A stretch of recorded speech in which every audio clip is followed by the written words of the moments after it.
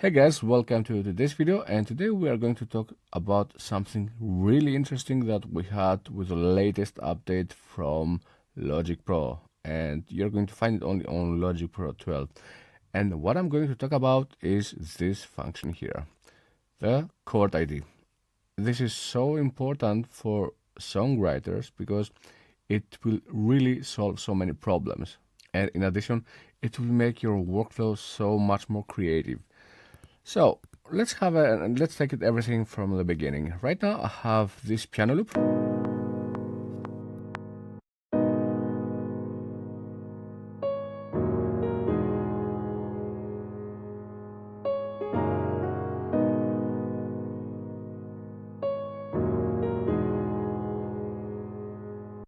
It is a really simple piano loop, but some people it might inspire it. So what we can do, we can go and open now this section here, and we are going to drag, and I'm going to analyze the chords. And if I go and leave it, it's going to take a little bit. Okay, now we have this chord progression here, and if you see it's a G sharp minor, D sharp minor, E major, F sharp major, and so on and so on. You might think, okay, and I could also do it by myself, but the thing is that now with this update, we can go, let me go and hide this arrangement, hide everything. I'm just going to leave the chord, and we have this chord progression here, as we already said. The thing is now, what we can go and do, we can go and take advantage of our session players, and let's go and have an idea of what we are going to do. I'm going to add a new track here, and I'm going to use a drummer for this session, and let's go and create. Okay, it is a really simple rhythm.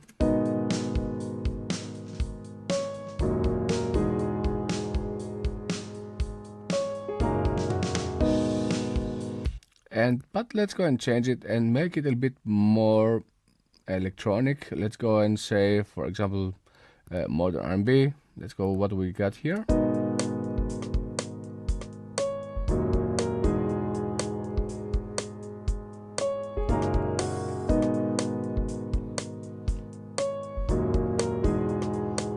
Let's check out also some other rhythms.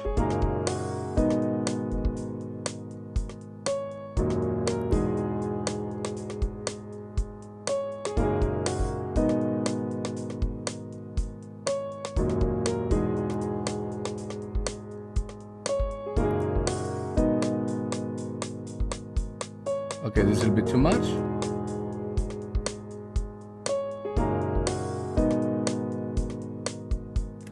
Okay, let's say that we like this idea. Now that we have the chord progression here, we can go and add another session player, but this time I'm going to add a bass player. The cool thing that we wanted is, because we have now this chord progression, the bass will follow the chord progression, and if I go and let it play, let me go and take down a little bit the volume so that you can hear.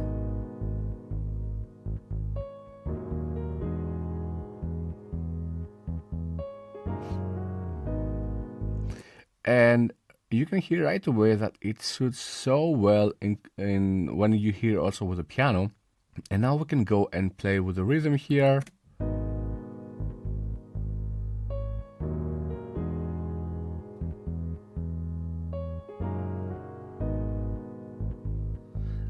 Okay, I like this one because it's a little bit more smoother, and I didn't want it to be so occupied. And now you can also play with the melody. Let's go and try some things.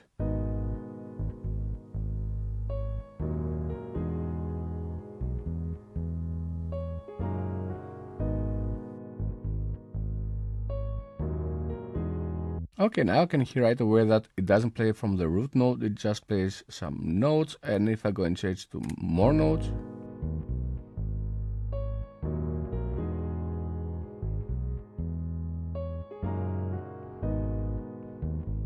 it's a bit more different. You have much more here rhythm on with the notes, but let's go and leave it on the root only at the beginning. And the good thing is that now you can go and change also some other things. And let's go and change the session player. Now we have it a much different, and this will sound like this.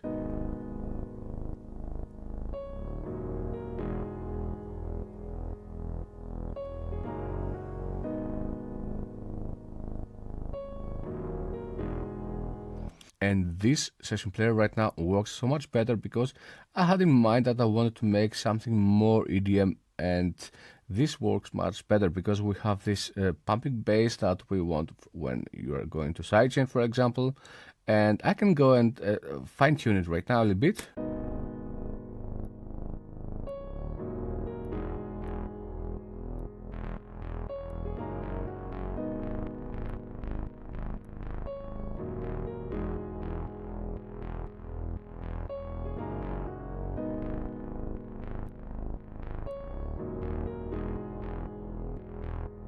If you hear when I change the complexity, you are going also to listen and you're going to see also here that we have more notes playing. Let's go and do it a bit too much. You can see the small things here that are like small waves, but if I go and turn it down, it's going to be like one long note. And let's go and change also the intensity.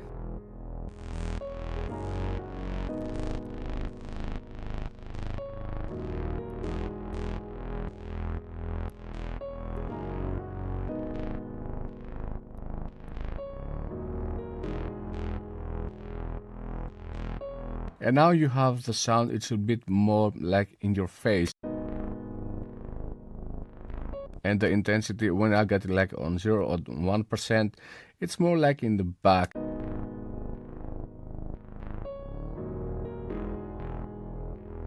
Okay, I like what I hear. Now let's go and fine tune also a little bit here the note length if you want this a little bit not so long releases.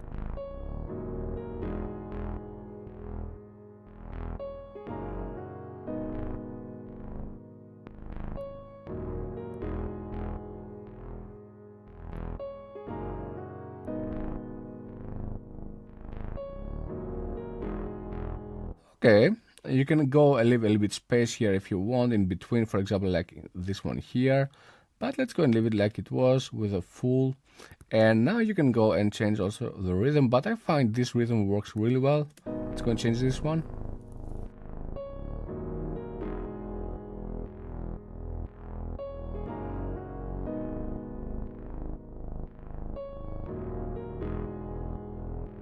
And here on the right side, you can go and fill the amount, how much you want.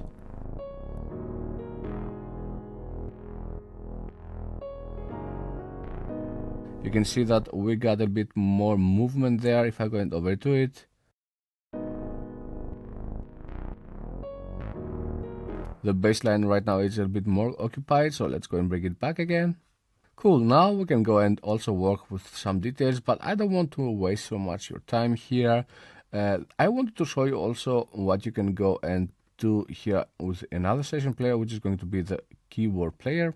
And now if I go and open here, you are going to see that we have also this simple pad, modulated pad, and rhythmic chords. We don't want any piano because we already have a piano. Let's go and try with a simple pad. And I'm going to mute right now the piano.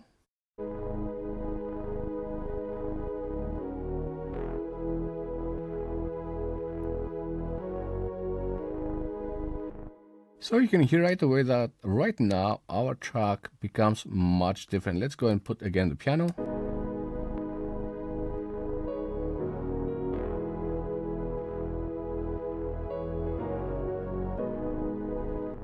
Okay, let's say and bring this one like because the piano is going to be the main focus. Let's go and hear everything together.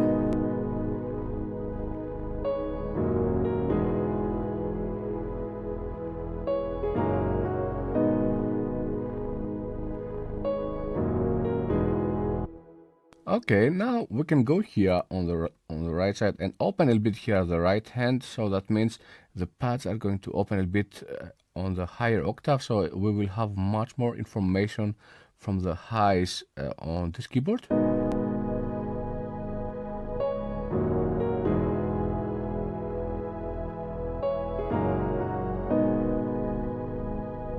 And if I do the same again here on the left side.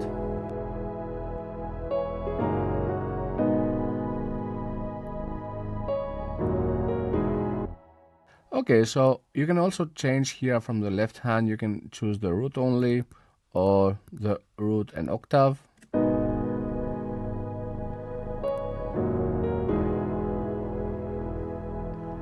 And let's go and make this one like two voice.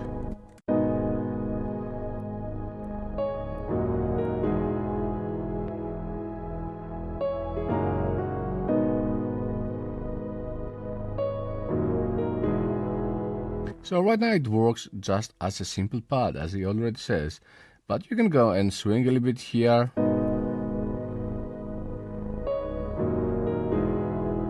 You can see, for example, right now it comes a bit later in comparison with earlier. Let's go and bring it back again.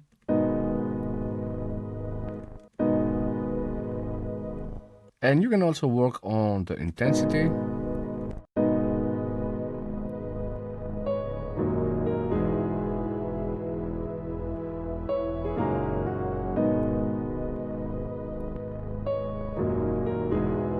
Now you can understand why I found the new features here from Logic so important, because right now we have the chord progression that we had on our mind and that we had a loop here, and because of this chord progression we have built a bass and a simple pad. And you can go and let's go also put the drums, and I can go and overdo it here a little bit and choose another keyboard player, and this time I'm going to choose rhythmic chords because I want to have a bit more groove there.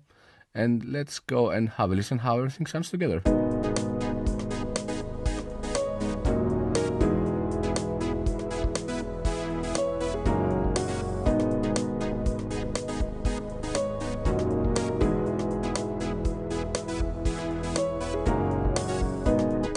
It's not bad, right? So it is just from one loop. Now we have an idea. And if I go here, I can work so much more. I can work on the rhythm. I can make it like, let's say, for example, this one here. We have like some more like on a beat.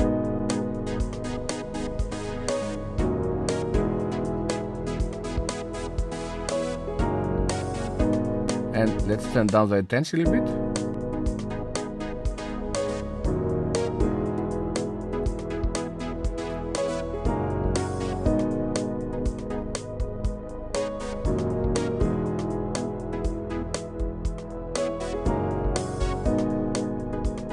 Okay, it doesn't sound bad. It is just for the idea, right?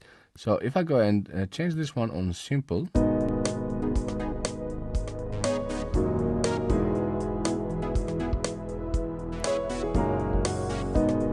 you can also play with these styles. Let's open it here a bit.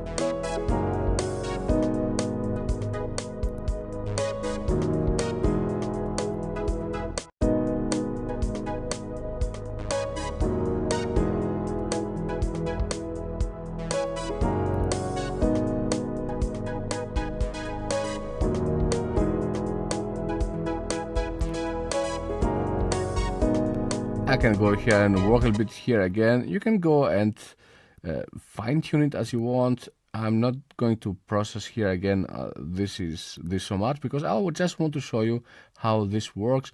The only thing that I could go and do is to go and change a little bit here, maybe the wavetone.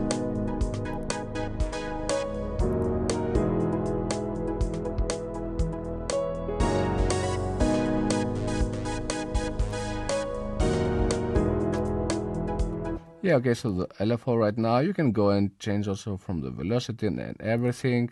You have so many options here that you can go and dive in. And by the way, this LFO, it is also, you can go and really fine tune it. For example, here on the left side, you're going to see this gray like line here, how it goes. It is how the filter opens. And if I go and, let's go and try something. If I go and put it like really down, you're not going to hear anything opening.